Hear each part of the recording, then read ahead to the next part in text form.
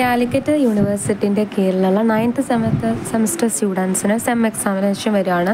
So നമ്മൾ careers ആക്ടിലത്തെ ഒരു ടോപ്പിക്കാണ്, വളരെ ഇമ്പോർട്ടൻ്റ് ആയിട്ടുള്ള ഒരു ടോപ്പിക്കാണ്. നമ്മൾ ഷോർട്ട് എസ്സേക്കൊക്കെ കോമൺ കരിയർ അല്ലെങ്കിൽ പ്രൈവറ്റ് കരിയറിന് സെപ്പറേറ്റ് ആയിട്ടും ചില സമയത്ത് പിന്നെ കൂടുതലായിട്ടും കോമൺ കരിയറിൻ്റെ ലയബിലിറ്റിയാണ് എസ്സേക്ക് നമ്മൾ എക്സ്പെക്റ്റ് ചെയ്യുന്നത്. മെയിനായിട്ടും ഷോർട്ട് എസ്സേക്ക് പ്രൈവറ്റ് കരിയർ അല്ലെങ്കിൽ കോമൺ കരിയർ ഒരു 80% നമുക്ക് എക്സ്പെക്റ്റ് ചെയ്യാവുന്നൊരു ക്വസ്റ്റ്യനാണ്. സോ ആദ്യം നമ്മൾ അറിയേണ്ട കുറച്ച് ടേംസ് ഉണ്ട്. That is career, common career, bailment, private career, ഇത്രയുമാണ്. അതിനകത്ത് ആദ്യം ഞാൻ ജസ്റ്റ് ഇത് എന്താണ് ഐറ്റംസ് എന്നാണ് പറയുന്നത്, ബിക്കോസ് ഇത് കഴിഞ്ഞിട്ടാണ് നമ്മൾ തിയററ്റിക്കൽ പാർട്ടിലോട്ട് എക്സ്പ്ലനേഷൻ ഭാഗത്തോട്ട് വരുന്നത്. സോ കരിയർ എന്ന് പറഞ്ഞിട്ടുണ്ടെങ്കിൽ a carrier engages in business of transporting goods or persons or both. ഗുഡ്സോ പേഴ്സൺസോ ബോത്ത് ഗുഡ്സ് ആൻഡ് നമ്മുടെ പേഴ്സൺസിനെ ട്രാൻസ്പോർട്ടിന് വേണ്ടിയിട്ട് എന്ത് ചെയ്യുക, എൻഗേജ് ചെയ്യുന്ന ആ ഒരു ബിസിനസ്സിൽ എൻഗേജ് ചെയ്യുന്ന ആളെയാണ് നമ്മൾ കാരിയർ എന്ന് പറയുന്നത്. So a carrier engages in business of transporting എന്തൊക്കെ goods or persons or both ആണ്. A carrier of goods is a bailee പോലെയാണ്. നമ്മൾ എന്താണെന്ന് പറയും, because a carrier charges a fee for such service. ആ ഒരു സർവീസ് ചെയ്യുന്നതിന് ഒരു ചാർജ് അവർ വാങ്ങുന്നുണ്ട്. So there exist a bailment. ഇനി നമ്മൾ പറയുന്നത് ഇതിനകത്ത് എന്താണ് ബെയിൽമെൻറ്റ് എന്നുള്ളതാണ്. സെക്ഷൻ 148 തൊട്ട് 171 ആ ഒരു ഭാഗത്തായിട്ട് ബെയിൽമെൻറ്റിനെ പറ്റിയിട്ട് കോൺട്രാക്റ്റ് ആക്ടിൽ സംസാരിക്കുന്നത്. സോ 148 ആ ഒരു ബെയിൽമെൻറ്റ് എന്ന് പറഞ്ഞിട്ടുണ്ടെങ്കിൽ delivery of goods from one person to another person. എന്തിനു വേണ്ടിയിട്ടാണ്? ഒരു പേർപ്പസിന് വേണ്ടിയിട്ടാണ്. പിന്നെ ആ ഒരു പേർപ്പസിന് ശേഷം ഗുഡ്സ് ഒന്നെങ്കിൽ റിട്ടേൺ ചെയ്യാമെന്നുണ്ടെങ്കിൽ ഈ ബെയിലർ എന്താണോ കൊടുത്തിട്ടുള്ള ആൾ പറഞ്ഞിട്ടുള്ളത് ആ ഒരു മോഡിൽ അത് ഡിസ്പോസ് ചെയ്യുന്നതാണ് ചെയ്യേണ്ടത്. അതാണ് ബെയിൽമെൻറ്റ് എന്ന് പറഞ്ഞിട്ടുണ്ടെങ്കിൽ. So it is a delivery of goods by one person to another for a completion of one purpose or for a purpose, and after completion of that particular purpose he can return the goods or dispose according to the bailor set. അതാണ് നമ്മൾ on വേർഡ്സിൽ ഞാൻ പറഞ്ഞത് മാത്രം four better understanding. ഇനി നമ്മൾ എന്താണ് common carrier എന്നാണ് പറയുന്നത്. കോമൺ കാരിയർ എന്താണെന്നുള്ളത് സെക്ഷൻ 2 പറയുന്നത്. Basically it is it denotes a person other than the government engaged in the business of transporting for hire property from one place to another by land or inland navigation, whether incorporated or not. അതേപോലെ തന്നെ private carrier എന്താണെന്ന് വെച്ച് കഴിഞ്ഞിട്ടുണ്ടെങ്കിൽ it is one who does not transport goods from one place to another regularly. He may engage in some casual jobs of carrying goods for certain selected persons between certain terminals. അപ്പോൾ നിങ്ങളിത് കേട്ടിട്ട് അയ്യോ ഇതെന്തൊട്ട സാധനം എന്ന് വിചാരിക്കേണ്ട, because നമ്മൾ hand written notes ഞാൻ ഇതിനകത്ത് ആഡ് ചെയ്യുന്നുണ്ട്. അതേപോലെ തന്നെ ഞാൻ എൻ്റെ ഇൻസ്റ്റാഗ്രാം പേജിൽ ഓൾറെഡി അപ്ലോഡ് ചെയ്തിട്ടുണ്ട്, നിങ്ങളത് ഡു ചെക്ക്. അപ്പോൾ നിങ്ങൾക്ക് ഈസിലി പെട്ടെന്ന് വായിച്ചാൽ മനസ്സിലാവും. അപ്പോൾ ഞാൻ എന്തായാലും ഈ നോട്ട്സ് ആഡ് ചെയ്തിട്ട് എന്താണ് കോമൺ കാരിയർ, എന്താണ് പ്രൈവറ്റ് കാരിയർ, അതിൻ്റെ ഡിസ്റ്റിങ്ഷൻ എന്താണെന്ന് നമുക്ക് നോക്കാം. അപ്പോൾ ഞാൻ പറഞ്ഞതുപോലെ നോട്ട്സ് വേണ്ടവർ ഇൻസ്റ്റാഗ്രാം ചാനൽ ചെക്ക് ചെയ്താൽ മതി. സോ കോമൺ കാരിയർ എന്ന് പറഞ്ഞിട്ടുണ്ടെങ്കിൽ a person other than the government engaged in the business of transporting for hire property from one place to another by inland or land navigation for all persons indiscriminately. Basically common carrier എന്ന് പറഞ്ഞാൽ നമ്മളൊരു example അല്ലെങ്കിൽ ഒരു bus ഗവൺമെൻറ്റിൻ്റെ അല്ല എന്ന് ഇവിടെ പറഞ്ഞിട്ടുണ്ട്, പക്ഷേ ഞാനൊരു എക്സാമ്പിളായിട്ട് ഞാൻ പറയുന്നത് ഇപ്പോൾ ഒരു KSRTC ബസ് വിചാരിക്കുക, അത് ട്രാൻസ്പോർട്ട് ചെയ്യാൻ വേണ്ടിയിട്ടുള്ളതാണ്. ഒരു പ്ലേസിൽ നിന്ന് വേറൊരു പ്ലേസിലേക്ക് ട്രാൻസ്പോർട്ട് ചെയ്യാൻ വേണ്ടിയിട്ടാണ്. അത് ഇൻഡിസ്ക്രിമിനേറ്റ്ലി ആയിട്ട് എല്ലാ പേഴ്സൺസിനെയും ആക്സെപ്റ്റ് ചെയ്യുന്നതാണ്. അതായത് ഇപ്പോൾ ഞാൻ ഇന്ന സ്ഥലത്ത് നിന്നാണ് അപ്പോൾ എന്നെ കയറ്റാതിരിക്കാൻ പറ്റില്ല, അങ്ങനെ പറ്റില്ല. സോ അത് ജസ്റ്റ് ഞാനൊരു എക്സാമ്പിൾ പറഞ്ഞതാണ്. നമ്മളിതിനകത്ത് ഗവൺമെൻറ്റിൻ്റെ കാരിയറിനെ കോമൺ കാരിയർ എന്ന് വിളിക്കില്ല കേട്ടോ. സോ നമ്മളിതിനകത്ത് കോമൺ കാരിയർ എന്ന് പറയുന്നത് according to section 2 of the carriers act, a person other than the government engaged in the business of transporting for hire property from one place to another place by land or inland navigation for all persons indiscriminately ആണ് ചെയ്യുന്നത്. So whether incorporated or not. അപ്പോൾ അതാണ് section 2 പറയുന്നത്. ഇതിൻ്റെ main ആയിട്ടുള്ള features, ഈ ഒരു common കാരിയറിൻ്റെ features എന്താണെന്ന് വെച്ച് കഴിഞ്ഞാൽ it applies to carrier of goods by land or inland water. Land ആയിക്കോട്ടെ ഇൻലൻഡ് വാട്ടർ, അതായത് ത്രൂ ഷിപ്പിംഗ്, ആ ഒരു ഇതായാലും നമ്മൾ ഈ കോമൺ കാരിയറിൽ പെടുന്നതാണ്. പിന്നെ അതിൻ്റെ വേറൊരു ഫീച്ചർ എന്താണെന്ന് വെച്ച് കഴിഞ്ഞാൽ they are common carriers and not carrier of persons. അതായത് കോമൺ കാരിയേഴ്സ് ആണ്, ഇന്ന സ്പെസിഫിക് ആൾക്കാരുടെ കാരിയർ ആയിട്ടല്ല വർക്ക് ചെയ്യുന്നത്, കോമൺ കാരിയേഴ്സ് ആണ്. Common carrier may be an individual or firm or a company. Individual ആയിരിക്കാം, ഒരു ഫേം ആയിരിക്കാം, അല്ലെങ്കിൽ ഒരു കമ്പനി ആയിരിക്കാം. പിന്നെ a person who carries goods free of charge is not a common carrier. അതായത് ഫ്രീ ഓഫ് കോസ്റ്റിന് ഗുഡ്സ് ട്രാൻസ്പോർട്ട് ചെയ്യുക അല്ലെങ്കിൽ ക്യാരി ചെയ്യുന്നതിനെ നമ്മൾ ആരായിട്ട് കൺസിഡർ ചെയ്യുന്നില്ല, കോമൺ കാരിയറായിട്ട് പറയുന്നില്ല. പിന്നെ common carrier is not bound to refuse the goods of any person. അതായത് നമ്മൾ നേരത്തെ ഡെഫിനേഷനകത്ത് പറഞ്ഞു, ഓൾ പേഴ്സൺസ് ഇൻഡിസ്ക്രിമിനേറ്റ്ലി ആണ് കോമൺ കാരിയർ ക്യാരി ചെയ്യേണ്ടത് അല്ലെങ്കിൽ ഗുഡ്സ് ട്രാൻസ്പോർട്ട് ചെയ്യേണ്ടത് എന്നുള്ളത്. അപ്പോൾ കോമൺ കാരിയറിന് ഒരിക്കലും എന്ത് ചെയ്യാൻ പറ്റില്ല, ഇന്ന ആളുടെ ഗുഡ്സ് റിഫ്യൂസ് ചെയ്യാൻ പറ്റില്ല, നിൻ്റെ ഗുഡ്സ് ഞാൻ ക്യാരി ചെയ്യില്ല അല്ലെങ്കിൽ ട്രാൻസ്പോർട്ടേഷൻ നടത്തില്ല എന്ന് അവിടെ റിഫ്യൂസ് ചെയ്യാനായിട്ട് പാടില്ല എന്ന് പറയുന്നുണ്ട്. ഇൻ കേസ് അങ്ങനെ ഒരു റിഫ്യൂസൽ നടക്കുകയാണെന്നുണ്ടെങ്കിൽ അവിടെ സിവിൽ അല്ലെങ്കിൽ ഒരു ക്രിമിനൽ ആക്ഷൻ എടുക്കും, കാരണം ഇതൊരു ഒഫൻസ് ആയിട്ടാണ് കൺസിഡർ ചെയ്യുന്നത്.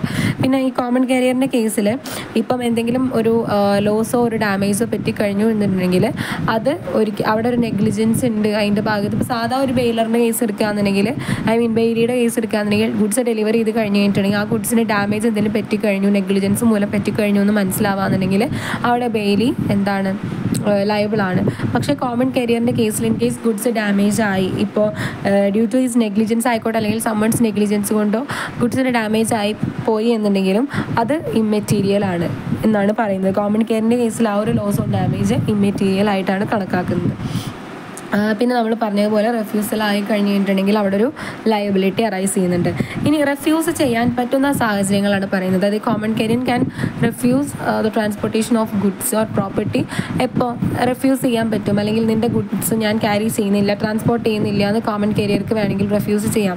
ആ സർക്കംസ്റ്റൻസുകളാണ് നമ്മൾ ഇനി പറയുന്നത്. That is if there is no adequate space. ഇപ്പം ആ ഒരു ഷിപ്പ് അല്ലെങ്കിൽ കാർഗോ ആയിക്കോട്ടെ, അതിനകത്ത് സ്പേസ് ഇല്ല ഇനി വെക്കാൻ, അപ്പോൾ അതൊരു റീസൺ ആണ് അല്ലേ, റീസണബിൾ കോസ് ഉണ്ട്.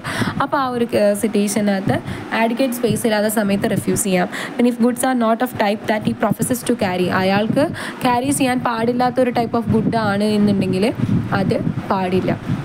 പിന്നെ പറയുന്നത് if goods are not meant to be carried on his customary route. അതായത് സാധാ അയാൾ പോകുന്നൊരു റൂട്ടുണ്ട്, അതിൽ നിന്ന് വ്യതിചലിച്ച് വേറൊരു റൂട്ടിൽ കൂടെ ആണ് ഈ ഒരു പാസേജ് നടത്തേണ്ടത് എന്നുണ്ടെങ്കിൽ അയാൾക്ക് റെഫ്യൂസ് ചെയ്യാം. പിന്നെ if goods are dangerous to carry and involves high risk ഉള്ള ഒരു അല്ലെങ്കിൽ എക്സ്പ്ലോസീവ് ആയിട്ടുള്ള ഡേഞ്ചറസ് ആയിട്ടുള്ള ഒരു ഗുഡ് ആണെന്നുണ്ടെങ്കിൽ വേണമെങ്കിൽ അദ്ദേഹത്തിന് ആ ഒരു കോമൺ കാരിയറിന് റെഫ്യൂസ് ചെയ്യാം. പിന്നെ if goods are not offered at reasonable time or manner, reasonable time അല്ലെങ്കിൽ മാനറിൽ ഗുഡ്സ് ഓഫർ ചെയ്തിട്ടില്ല എന്നുണ്ടെങ്കിൽ റിഫ്യൂസ് ചെയ്യാം. If consignor is not prepared to pay reasonable amount as an advance, പറഞ്ഞിട്ടുള്ള എമൗണ്ട് അഡ്വാൻസ് ആയിട്ട് കൊടുത്തിട്ടില്ല എന്നുണ്ടെങ്കിൽ റിഫ്യൂസ് ചെയ്യാം. If goods are not packed adequately, കറക്റ്റായിട്ട് പാക്കേജിങ് ചെയ്തിട്ടില്ല എന്നുണ്ടെങ്കിൽ റിഫ്യൂസ് ചെയ്യാം. അതേപോലെ തന്നെ finally if consignor refuses to disclose name of consignor, അതായത് വാങ്ങുന്ന ആളിന് അല്ലെങ്കിൽ ആർക്കാണ് എത്തിച്ചു കൊടുക്കേണ്ടത് അല്ലെങ്കിൽ ആ ഒരു ഡീറ്റെയിൽസും കാര്യങ്ങളും കൺസൈനർ ലൈക്ക് ഡിസ്ക്ലോസ് ചെയ്തിട്ടില്ല. നമ്മൾ എന്താണ് കൺസൈനർ എന്നൊക്കെ നമ്മൾ പറയും കേട്ടോ. അങ്ങനെ ചെയ്തിട്ടില്ല എന്നുണ്ടെങ്കിൽ നെയിമും കാര്യങ്ങളും കൺസൈനർ ഡിസ്ക്ലോസ് ചെയ്തിട്ടില്ല എന്നുണ്ടെങ്കിലും റെഫ്യൂസ് ചെയ്യാം എന്നാണ് പറയുന്നത്. സോ ഇത്തരം സിറ്റുവേഷൻസിലാണ് കോമൺ കാരിയറിന് റിഫ്യൂസ് ചെയ്യാൻ പറ്റുന്നത്. അപ്പോൾ നമ്മൾ കോമൺ കാരിയർ ആരാന്ന് പറഞ്ഞു, ആ ഒരു ക്യാരക്ടറിസ്റ്റിക്സ് അല്ലെങ്കിൽ ഫീച്ചേഴ്സ് പറഞ്ഞു. കോമൺ കാരിയറിന് ലയബിലിറ്റി വരില്ല, നെഗ്ലിജൻസിൽ പോലും ഡാമേജ് പറ്റിക്കഴിഞ്ഞാൽ ഗുഡ്സിന് എന്നുള്ളത് നമ്മൾ മെറ്റീരിയൽ ആണെന്ന് പറഞ്ഞു. പിന്നെ നമ്മൾ റെഫ്യൂസൽ നടത്താൻ പാടില്ല. അങ്ങനെ റെഫ്യൂസ് ചെയ്യുകയാണെന്നുണ്ടെങ്കിൽ അവിടെ ക്രിമിനൽ അല്ലെങ്കിൽ ഒരു സിവിൽ ആക്ഷൻ അതൊരു ഒഫൻസ് ആയിട്ട് കൺസിഡർ ചെയ്യാമെന്ന് നമ്മൾ പറഞ്ഞു. പിന്നെ നമ്മൾ അതിനകത്ത് റെഫ്യൂസൽ ഏതൊക്കെ സർക്കംസ്റ്റൻസിൽ റെഫ്യൂസൽ ഒക്കെ ചെയ്യാം, അതായത് റെഫ്യൂസ് ചെയ്യാം എന്ന് കോമൺ കാരിയർക്ക് ആവശ്യപ്പെടാമെന്നുള്ള സർക്കംസ്റ്റൻസുകൾ ഒരു 5-6 സർക്കംസ്റ്റൻസുകൾ നമ്മൾ പറഞ്ഞു. Next we are going to discuss about the private carrier. So private carrier എന്ന് പറഞ്ഞിട്ടുണ്ടെങ്കിൽ one who does not transport goods from one place to another റെഗുലറായിട്ട് ഗുഡ്സ് ഇങ്ങനെ ട്രാൻസ്പോർട്ട് ചെയ്യുന്ന ഒരാളല്ല. He may engage in some casual jobs of carrying goods for certain selected persons between certain terminals. അതായത് ചില certain ആൾക്കാർക്ക് മാത്രം അല്ലെങ്കിൽ occasionally മാത്രം ചെയ്തു കൊടുക്കുന്ന ഒരു പേർപ്പസാണ് അത്. ചില സ്പെസിഫിക് പാർട്ടീസിന് മാത്രമാണ് ഇവർ അലോ ചെയ്യുള്ളൂ. പ്രൈവറ്റ് കാരിയേഴ്സ് ആണല്ലോ. പിന്നെ ഈ പ്രൈവറ്റ് കാരിയർ എന്ന് പറയുന്നത് നമ്മുടെ ബെയിൽമെൻറ്റിനകത്ത് ബെയിലി പോലെയാണ്. ബെയിലി എന്ന് പറഞ്ഞു കഴിഞ്ഞിട്ടുണ്ടെങ്കിൽ ബെയിലർ ഗുഡ്സ് ഡെലിവർ ചെയ്യും, ഒരു പേർപ്പസിന് വേണ്ടിയിട്ടാണ് അത് ഡെലിവർ ചെയ്യുന്നത്, അത് സ്വീകരിക്കുന്നതാണ്. അതായത് ആ ബെയിലിയാണ് taking care of that goods, അല്ലെങ്കിൽ ആ ഒരു പേർപ്പസ്. ഒരു എക്സാമ്പിൾ, വളരെ സിമ്പിളായിട്ട് ഒരു എക്സാമ്പിൾ പറയുകയാണ് എന്നുണ്ടെങ്കിൽ ഐ വുഡ് സേ ലൈക്ക് ഇപ്പോൾ എനിക്കൊരു ഡ്രസ്സ്, ചുരിദാർ അല്ലെങ്കിൽ ഒരു സൽവാർ അല്ലെങ്കിൽ ഒരു കുർത്തി എനിക്ക് സ്റ്റിച്ച് ചെയ്യാനുണ്ട്. അപ്പോൾ ഞാനത് എന്ത് ചെയ്യാണ്, അവിടെ പേർപ്പസ് എന്താ, എനിക്ക് സ്റ്റിച്ച് ചെയ്യണം. അപ്പോൾ ഞാൻ സ്റ്റിച്ച് ചെയ്യാൻ വേണ്ടിയിട്ട് ടൈലറിങ് ചേച്ചിക്ക് കൊടുക്കുകയാണ്.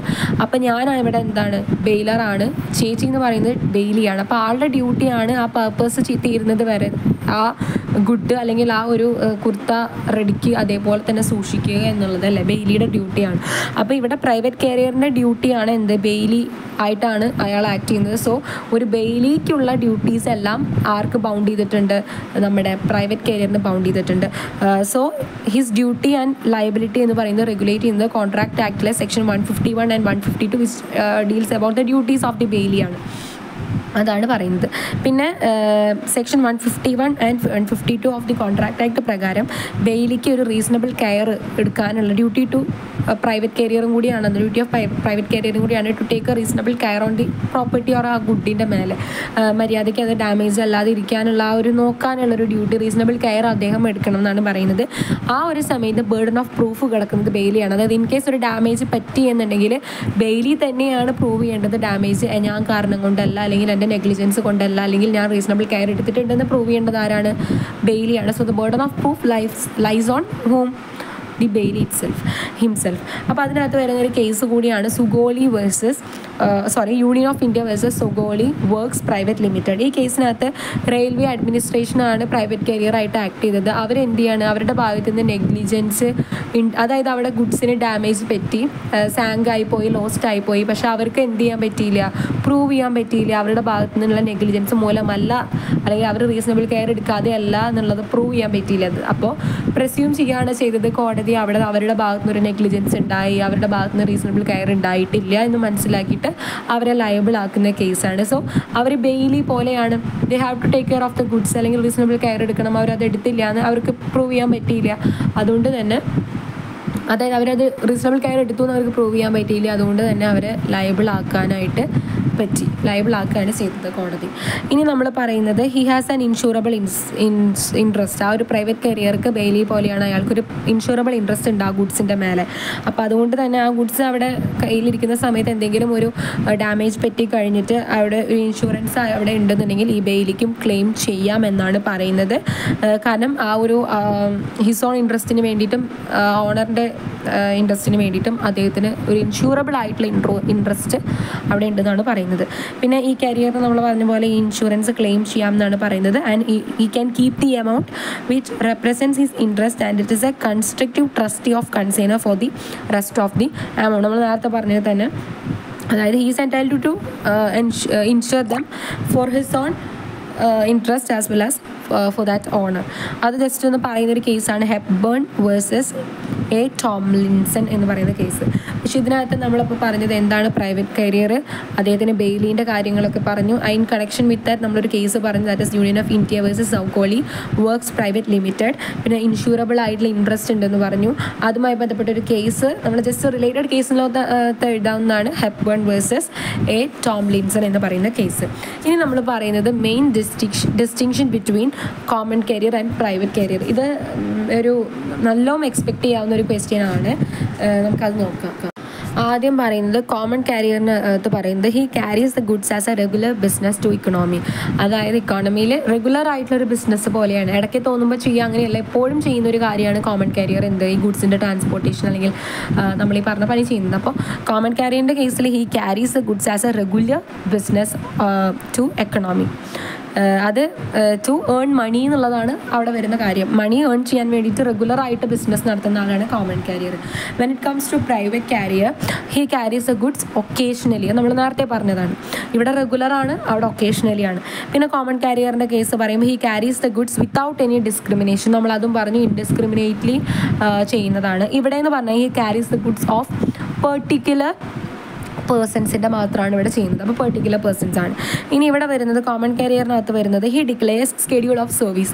അതായത് കോമൺ കാരിയർ പറയും ഇന്ന ടൈം തൊട്ടാണ് ഇന്ന ടൈം വരെയാണ് എന്നുള്ള സ്കെഡ്യൂൾ ആരാണ് പറയുന്നത്, കോമൺ കാരിയറാണ്. പക്ഷേ in case of private carrier he has no schedule of carrier. അതായത് ആ പേഴ്സൺ എങ്ങനെയാണോ പറയുന്നത് അതുപോലെ ചെയ്തു കൊടുക്കലാണ് ഈ ഒരു പ്രൈവറ്റ് കാരിയറിൻ്റെ പണി. പിന്നെ കോമൺ കാരിയറിൻ്റെ കേസിൽ വരുമ്പോൾ he cannot refuse to accept the goods without any reasonable cause. ഒരു റീസണബിൾ നമ്മൾ പറഞ്ഞല്ലോ, റിഫ്യൂസ് ചെയ്യാൻ പറ്റുന്ന സർക്കംസ്റ്റൻസ് പറഞ്ഞല്ലോ, അത്തരം സർക്കംസ്റ്റൻസുകളല്ലാതെ വെറുതെ റിഫ്യൂസ് ചെയ്യാൻ പാടില്ല. അതായത് ഹീസ് ഒബ്ലിഗേഷൻ ഉണ്ട്, അത് ചെയ്യാനുള്ള ഡ്യൂട്ടി അയാൾക്കുണ്ട്. When it comes to private carrier he has the option to accept or refuse to carry goods. Okay, private കാരിയറിൻ്റെ കേസിൽ പറയുമ്പോൾ അയാളുടെ ഓപ്ഷനിലാണ് ഇരിക്കുന്നത്, റിഫ്യൂസ് ചെയ്യണോ ഗുഡ്സ് ക്യാരി ചെയ്യണോ എന്നുള്ളത്. ഫൈനൽ പോയിന്റ് ആയിട്ട് പറയുന്നത് കോമൺ കാരിയറിൽ he is govern by the carriers act ആണ്. കാരിയേഴ്സ് ആക്ട് പ്രകാരമാണ് കോമൺ കാരിയർ വർക്ക് ചെയ്യുന്നത്, ആക്ട് ചെയ്യുന്നത്. But in case of private carrier നമ്മൾ പറഞ്ഞതുപോലെ laws related to bailment, contract act ആണ് അതിനകത്ത് വരുന്നത്.